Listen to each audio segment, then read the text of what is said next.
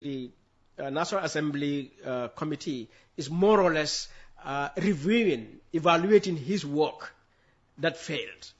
So for me, he has a responsibility as president, as we set up this committee, and knowing what we know now, to get himself up and correct, what needs to be corrected. He doesn't have to wait for the National Assembly. What needs to be corrected? One, he needs to get on top of things to get... but he said he was on top of things in his speech. No, apparently he's not, because he contradicted himself in his speech. Because if you say you set up a ministerial committee that were providing you regular updates, and then at the same time said, until the Republic brought their report, you didn't know something. Well, let's just clarify that he did not make the contradiction in one speech. Because he had delivered one speech where he claimed to be this, and then later on he made another speech elsewhere where he claimed to be that. Yeah. All right. Just to say that the contradiction was not in one speech. Yeah. So the English version, the Mandinka version, you come to realize the Wolof version. There are issues. Maybe that's why he needs to be communicating in Mandinka or any of the local languages. Maybe he's clearer. More articulate in those than the English, which has to be written for him. And then it becomes a question of whatever the writer puts in the speech. And unfortunately, he just reads speeches as they are given to him. Which is a problem, Peter, because... It is, yes. Because that's what lands him always. It's mostly when he gives these speeches in English. Because things are just given to him. Well, the president is not a position for a zombie. The president has to be a smart person to bear in mind that the huge responsibility that you have. So you cannot excuse him to say somebody wrote a speech for you and brought it to you. No, we're just stating facts. Yeah, well, I'm not sure that itself is fact. He should have been in a position to say, well, you're making me say this. But, where's the proof? If I am challenged. And usually, he makes these speeches, and the next thing, the speeches are being critiqued on social media. Yeah. Because English, when you look at the scale of authenticity, his speech, which is authentic and official, is the one delivered in English. Because that's the official language. Ah.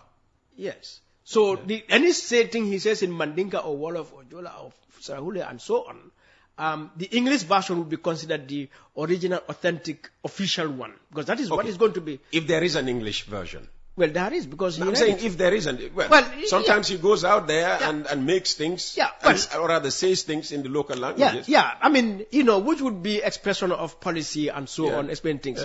But when it comes to an occasion like that, to speak about this Jammeh Commission, Jammeh assets as he did, the English version is what we will document, as the official, authentic one. Well, that's the one that was televised anyway. That's the one that everybody sat and waited for. And he delivered in less than 5 minutes. Yeah, because even for me, the Mandinka version, I got to listen to it. But it never occurred to me that was a Mandinka version. So the moment I had the English one, end of it, I said, okay, it's done. So the Mandinka version was also televised? Yes, I think I listened to the audio of it, or maybe a video of it. But the English version should contain all of the facts so that he expressed these things to Gambians. Now, it is very apparent that he is not on top of things, or he is misleading the public. Okay, but as I said, it is his responsibility to correct all of the problems that came as a result of the Jammeh Commission, and especially the disposal of the assets. And our position paper, or our statement, if you recall, we had provided certain temporary measures we think, as the president, he needs to take as part of correcting this problem. And maybe that will help even the National Assembly in that process. For example, interdicting ministers, officials in the State House, in the Ministry of Justice, in the Ministry of Tourism, and any other ministry that were involved, with the sale of these assets.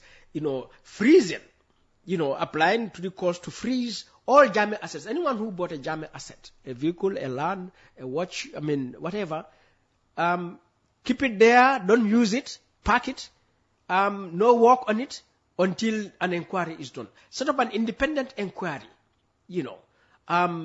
to collect all the necessary documentation. Because you look at the Ministry of Justice, they are saying practically there is still some documentation with the receiver that they need to collect. 5 years later. So it means there has been gross inefficiency, and that can only point to corruption. All right. In the Ministry of Justice and the relevant, ministries and officials concerned. So bring them to order. So there is what the president could do, which will not interfere with the parliamentary inquiry, rather would strengthen the parliamentary inquiry. All right. This is where we are. Speaking of interdiction, we just had the National Assembly Joint Committee report on the $30 million oil scandal, and direct or indirect involvement of people as high up as ministerial level. Ministers. What's have you brought out a statement on that? Yes. Oh, okay. We didn't only bring out a story, a statement, but we also did a simplified summary explanation. Yes, of the whole report, because it's 112 pages. Okay. So what should have been the presidential, course of action there? Yeah. So it's very automatic. Interdict, because if for public office, all right, and probably not just public office, but even private business or so, or even in the civil society, if there's a doubt, a controversy about the decisions and actions of Peter at West Coast Radio, that has the potential to derail the work of West Coast Radio or impugn its reputation or anything like that, the immediate action is either Peter recuse, resign, or the management suspend Peter, especially when there is an inquiry, so that inquiry takes through a process, so we get to the bottom of it. So that he doesn't obstruct the inquiry process. Yeah. So at this moment, either by removing information or maybe intimidating potential witnesses. Yeah, because one can say, but the minister will not cannot do anything, interfere with the investigation or so. All right. But Peter, the mere fact that one is sitting as minister itself has influence, has impact. Yes. And so what we expect the president to do right now, the two ministers mentioned by the National Assembly, you remove them, suspend them. All right. Other officials mentioned, you suspend them.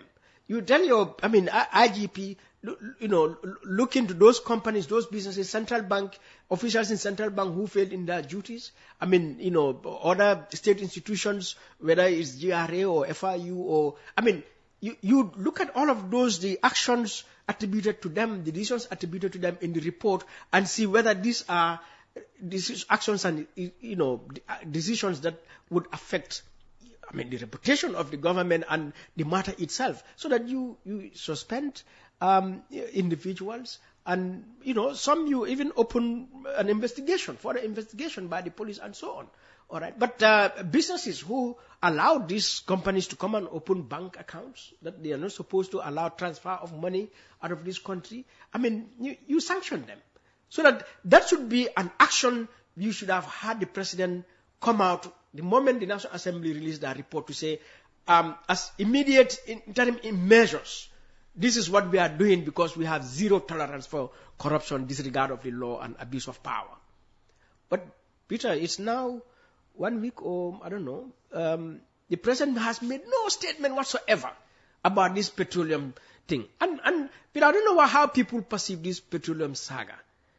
But, I made some posts on my Facebook page, and I said, so some foreigners come from outside, bring 30 million worth of oil to this country, and use our own state institutions and officials to bring it illegally, to sell it illegally, to open accounts illegally, and then, transfer 3 million, illegally, pay bribe $600,000 monthly, all right, fail to pay $20.8 million in taxes, and then after all of that, they leave. Like, Peter, I think Hollywood should make a movie about that. Well, that's like a movie. It's a heist. Maybe that movie is on on its way coming. We need Gambian movie makers to make the Gambian heist. You never know. You never know. Yeah.